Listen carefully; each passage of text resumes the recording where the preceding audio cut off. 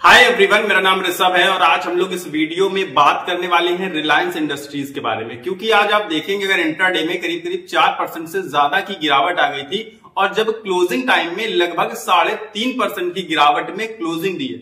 बहुत सारे लोग जानना चाहते हैं कि ये गिरावट आखिरकार हुई क्यों है, और एक बहुत छोटी सी न्यूज थी जबकि उसकी वजह से इतनी भारी गिरावट क्यों? क्योंकि फाइन लगा था, आपको पता होगा, 9.25 करोड़ का, 9.75 लाख रुपीस का रिलायंस इंडस्ट्री के ऊपर फाइन लगा है। कुछ इनकरेक्ट वैल्यूएशंस पर उन्होंने कुछ कर दिया था।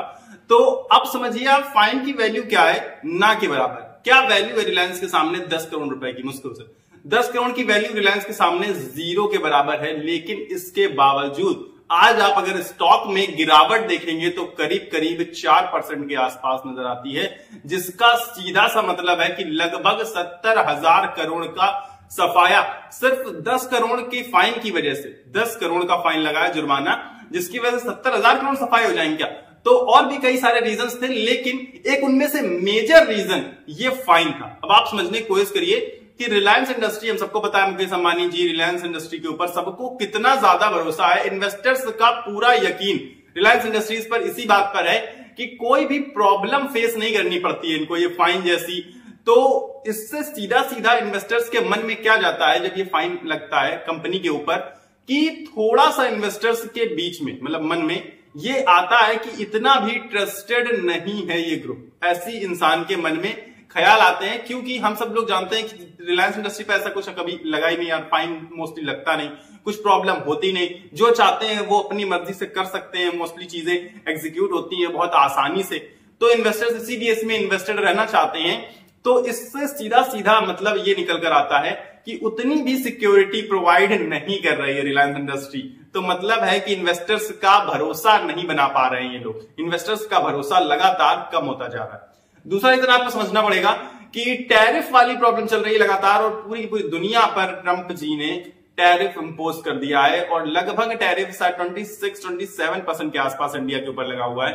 तो इसका बहुत बड़ा इंपैक्ट शेयर मार्केट पर पड़ने वाला है, और सिर्फ हमारी नहीं, पूरी की पूरी ग्लोबल वर्ल्ड की शेयर मार्केट की धज्जियां उड़ने वाली हैं काफी बुरी तरीके से, और जिसकी शुरुआत आप देख पा रहे हैं ऑलरेडी हो चुकी है।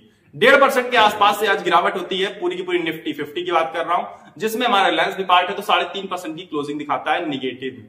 अब एक तो हो गया ट्रंप टैरिफ प्रॉब्लम, एक हो गया इसका फाइन प्रॉब्लम, और जिसकी वजह से इन्वेस्टर्स थोड़ा सा नहीं इतना भरोसा जता पा रहे हैं। अब और क्या रीजन हो सकता है? रीजन ये हो सकता है कि जो ट्रंप के टैरिफ की वजह से ये रीजन उससे रिलेट करता है कि एफआईआईज की धमाकेदार दबाकर सेलिंग देखी गई। और आप सबको पता है कि सबसे ज्यादा मार्केट कैप जो हमारी पूरी की पूरी शेयर मार्केट में है वो किसका है? रिलायंस का है। और रिलायंस का है, इसका मतलब है कि जब एफआईआई सेलिंग करेंगे तो एफआईआई सबसे ज्यादा क्वांटिटी कहां पर होगी? एफआईआई की भले परसेंटेज में आप अदर स्टॉक्स में ज्यादा देख पाए, लेकिन जो टोटल मार्केट कैप के हिसाब से शेयर है वो सबसे ज्यादा रिलायंस में पाया जाएगा, क्योंकि 17 लाख करोड़ की वैल्यूएशन पर है, तो जिसका 10% भी 1,70,000 करोड़ होता है। तो मतलब है कि सबसे ज्यादा अगर एफआईआई कहीं है तो वो रिलायंस इंडस्ट्रीज में है। और क्योंकि ये गिरावट का मेजर रोल प्ले कौन करता है यहां पर? रिलायंस इंडस्ट्री में जो गिरावट आई है और पूरी पूरी मार्केट में जो गिरावट आई है, इसमें मेजर रोल किसका है? एफआईआई की सेलिंग का, जिसकी वजह से आप रिलायंस इंडस्ट्री में भारी गिरावट देख सकते हैं, बड़ी गिरावट आ चुकी है। अब इस गिरावट का करे तो करे क्या? क्योंकि लगभग 52 वीक लो के आसपास आकर खड़ा हो चुका है, 1150 के आसपास 52 वीक लो है, 1200 के आसपास स्टॉक खड़ा हुआ है। अब करना क्या है? क्योंकि आज 1193 टच किया है इसने, तो मतलब है कि अपने 52 वीक लो से बहुत ज्यादा दूर नहीं है। और अगर आप इसके रिटर्न्स उठाकर देखेंगे तो लगभग पाएंगे आपकी 2 साल में इसने कुछ खास रिटर्न्स दिए ही नहीं। तो सीधा सीधा सा मतलब है कि क्योंकि एक हैवी स्टॉक है जिसमें रिटर्न्स की बहुत बड़ी संभावना नहीं नजर आती है। आप समझिए कि एवरेज रिटर्न्स मिलते हैं 12-14% के, वो भी 2 साल से देने में नाकाम रहा है, क्योंकि इस गिरावट के बाद उसने वो सारे रिटर्न्स अपने जीरो पर लाकर खड़े कर दिए हैं। जिससे साफ साफ समझ में आता है कि हम ऐसे बड़े स्टॉक में इन्वेस्टमेंट क्यों करें, इन्वेस्टर बड़े स्टॉक में इन्वेस्टमेंट क्यों करे, जबकि मार्केट का ट्रेंड ऑलरेडी डाउन है, लगातार गिरावट दिखा रहा है मार्केट। एक हफ्ता मार्केट ने रिकवरी दिखाई, अच्छी रिकवरी दिखाई, मैं कहूंगा लगभग 1500 पॉइंट्स के आसपास की रिकवरी दिखा दी मार्केट ने।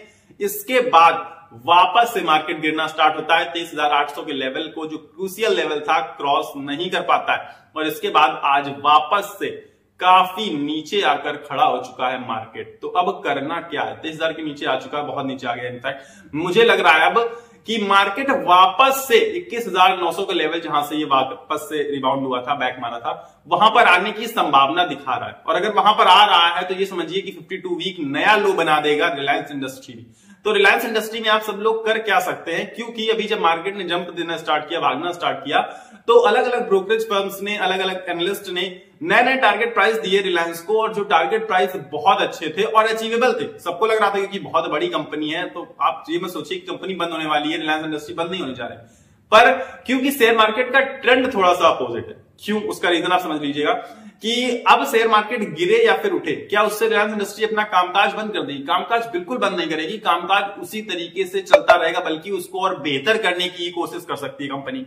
तो इससे सीधा सीधा है कि जब ये डाउन ट्रेंड खत्म होता है तो हमें समझ में आता है कि असली वैल्यूएशन तो कहीं और है कंपनी। तो ये चीजें आपको समझ में आनी चाहिए। और वैल्यूएशन टर्म में भी पीई में काफी नॉर्मल नजर आता है, पीई बहुत सस्ता तो बिल्कुल नहीं नजर आता है, लेकिन महंगा भी 1% नजर नहीं आ रहा है, मतलब अपने इंडस्ट्री के पीई के आसपास ही है।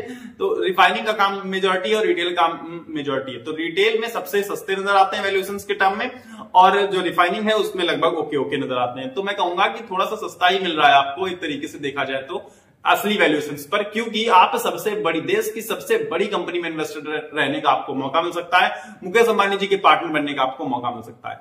अब क्या ये रिटर्न नहीं देगा अभी और आने वाले टाइम में? मैं कहूंगा कि ये रिटर्न बिल्कुल देगा आपको। अगर आप लंबे समय तक इन्वेस्टेड बने रहना चाहते हैं तो आपको एवरेज रिटर्न 14-15% रिटर्न आपको आगे आने वाले 5 सालों में इजिली मिलते हुए नजर आएंगे।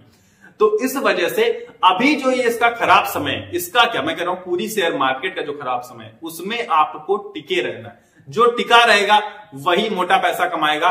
जो लोग निकल जाएंगे, जो लोग पैनिक में आ जाएंगे, वो ज्यादा पैसा नहीं कमा पाते। आप सबको पता है कि जो डरता नहीं है शेयर मार्केट में वही बड़ा पैसा कमाता है, वही ज्यादा नोट छापता है। तो आप सबको टिके रहना है, क्योंकि कंपनी भी खराब नहीं है। इसकी वजह से मैं कहूंगा, मैंने आपसे सबसे कहा था ना कि आप अपॉर्चुनिटीज ढूंढिए, बाइंग अपॉर्चुनिटीज ढूंढिए, मौके तलाशिए खरीदारी के। तो इससे बेहतर मौका क्या मिल सकता है आपको? रिलायंस इंडस्ट्री से बेहतर मौका मुझे पर्सनली लगता है कि अगर आप कहीं भी इन्वेस्ट कर रहे हैं तो रिस्क रिलायंस से थोड़ा ज्यादा हो जाता है, क्योंकि रिलायंस सबसे सेफेस्ट कंपनी में मानता हूं, जो कभी भी डूबेगी नहीं, एटलीस्ट बंद नहीं होने जा रही कंपनी। तो ये बहुत अच्छी चीज है। तो डाउन ट्रेंड का फायदा उठा सकते हैं आप लोग, लेकिन फिर भी मैं अभी कहूंगा आपसे कि इन्वेस्ट करिए, थोड़ा थोड़ा करिए, पर अभी कोशिश करिए कि सिर्फ वेट एंड वॉच वाली सिचुएशन अपनाइए। लेकिन आप सबको पता है कि अगर हम देखते हैं मार्केट में, तो मार्केट में ज्यादा देर तक देखकर रह नहीं सकते, मार्केट हमें अपनी तरफ बुला ही लेता है। तो इस वजह से थोड़ा चाहे तो आप देखना बंद कर सकते हैं कुछ दिन के लिए, क्योंकि कुछ दिन अभी मार्केट इसी ट्रेंड में फॉलो कर सकती है, मार्केट में गिरावट आ सकती है, क्योंकि काफी ज्यादा पूरे के पूरे ग्लोबल वर्ल्ड में उथल पुथल मची हुई है। तो आई गेस आप लोग सबको समझ गए होंगे कि ये रिलायंस में गिरावट क्यों आई है, और इनफैक्ट शेयर मार्केट में भी गिरावट क्यों आई है। तो अब इस वीडियो के लिए फिलहाल इतना ही है, अभी अलविदा बोल रहा हूं आप सभी को। तो इसके पहले आपको करना क्या है, आपको ये वीडियो लाइक करना है अगर आपको वीडियो पसंद आया तो, बाकी चैनल को सब्सक्राइब करके मेरे साथ जुड़ जाना है, ताकि आपको ऐसे वीडियोस और मिलते रहे मेरे थ्रू, क्योंकि मैं रेगुलर बेसिस पर मार्केट को कवर करता हूं, शेयर्स को कवर करता हूं, पूरी डिटेल में आप सबके लिए न्यूज लाता रहता हूं शेयर मार्केट से रिलेटेड। तो आप सबको चैनल को सब्सक्राइब कर बटन नीचे आ रहा होगा, दबाकर मेरे साथ जुड़ जाना है। इसके बाद मिलेंगे अगले वीडियो में, तब तक के लिए आप सभी को अपनी सेहत का ख्याल रखना है। स्वस्थ रहिए, मस्त रहिए, नमस्कार, धन्यवाद।